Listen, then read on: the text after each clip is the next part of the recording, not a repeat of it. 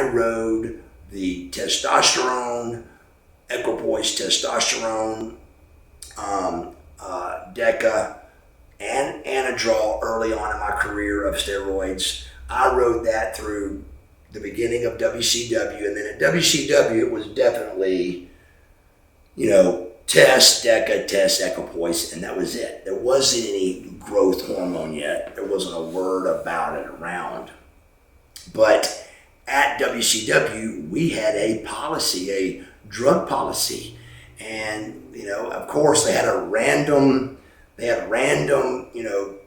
drug testing, they called it, but random. Me, Lex Luger, Scott Steiner, all the guys that looked good, they of course thought we were on steroids, and I was, but I wasn't going to tell them. I got a, $500,000 contract, and I'm not even sure what the testing, if a positive test happened. I'm not even sure what the trouble was because it was so many years ago, but I do know if it was a couple, it was fired. Like Two Cold Scorpio got fired in '92 from cocaine. So it was one of those things you didn't want a negative test on you because it could at least make them look bad at you, So when it came time for testing, I had a guy that was clean that would pee for me in a cup.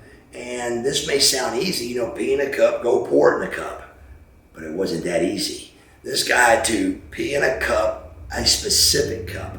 A cup that has like a hair dye bottle needle on the top. And you put a nail in that bottle. And he pees in the cup. Now you've got about 30 minutes before that's not warm enough to pass the test. So he's got to urinate. He's got to get it to you. You got to put it in your bottle, keep it up against you. Now you got to go in front of the doctor and do this transition, and it's got to have to be the right temperature, or the whole thing's been wasted. So I'm doing this. I get the bottle. I do the transfer. I go inside. Now the last trick is you've got to tell the doctor to turn the water on. So to turn the water on, the noise of the bottle, when you release it, you hear the air suck back. So you can't have him hear that. So he turns the water on to block that sound out. So the transfer is getting made. They're standing right here. If they were looking in front, I'm out of a job.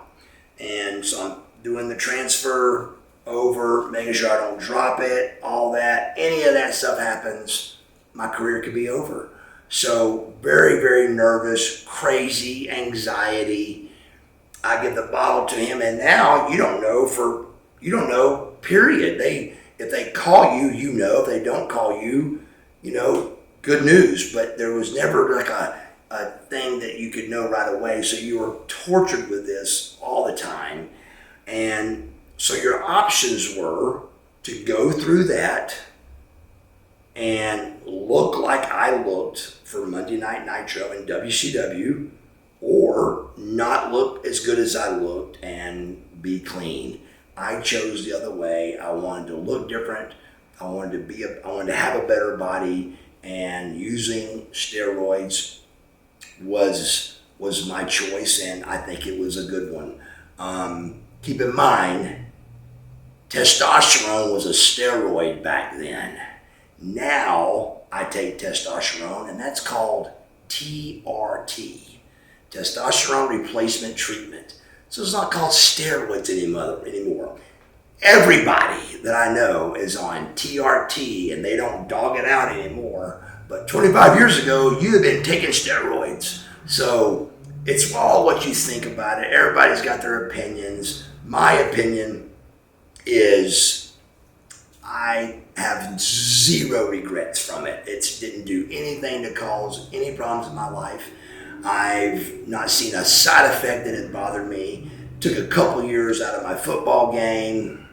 Big deal. It made a wonderful career in wrestling. If it wasn't for steroids, I would have missed that entire run of WCW NWO, and everything. And everything I just told you, if I didn't do it exactly the way I did it, I would have not made that run and looked as good as I looked for WCW. I have zero regrets.